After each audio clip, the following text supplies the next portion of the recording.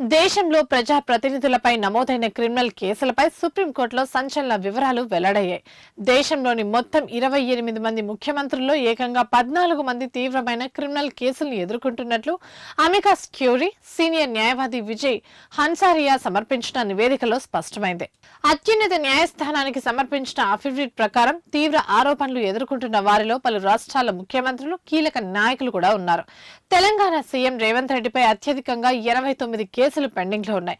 పశ్చిమ బెంగాల్ నాయకుడు సువేందు అధికారిపై 29 కేసులు ఉన్నాయి. ఆంధ్రప్రదేశ్ ముఖ్యమంత్రి చంద్రబాబు, కర్ణాటక ఉప ముఖ్యమంత్రి డీకే శివకుమార్ పై చెరో 19 కేసులు నమోదయ్యాయి. కేరళ నేత విడి సతీశన్ పై 18 కేసులు పెండింగ్ లో ఉన్నాయి. బీజేపీ నేత అశ్విని కుమార్ ఉపాధ్యాయ్ దాఖలు చేసిన ప్రజా ప్రయోజన వాచ్యంపై విచారణ సందర్భంగా ఈ ఆందోళనకర గణాంకాలు బయటపడ్డాయి.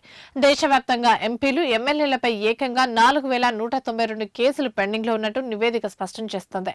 లోక్సభలోని 543 మంది ఎంపీల్లో 251 మందిపై క్రిమినల్ కేసులు నమోదయ్యాయి. రాజ్యసభలోని 233 మంది సభ్యుల్లో 75 మందిపై కేసులు నమోదయ్యాయి. 519 కేసులు 10 ఏళ్లకు పైగా పెండింగ్ లో ఉండగా 700 కేసుల్లో దర్యాప్తులు ఇంకా ప్రారంభమే కాలేదు. అలాగే 360 కేసుల్లో ఇప్పటి వరకు ఛార్జ్షీట్ కూడా దాఖలు చేయలేదు.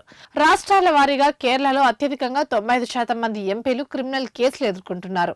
తెలంగాణలో 82%, ఒడిశాలో 76% మంది పార్లమెంట్ సభ్యులపై కేసులు ఉన్నాయి.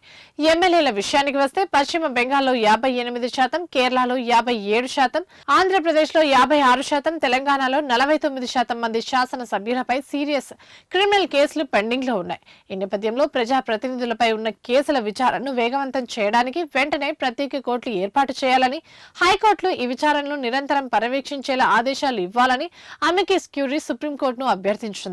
సర్వోన్నత న్యాయస్థానం ఈ నివేదికపై ఎలాంటి చర్యలు తీసుకుంటుందో అనే ఉత్కంఠ నెలకొంది.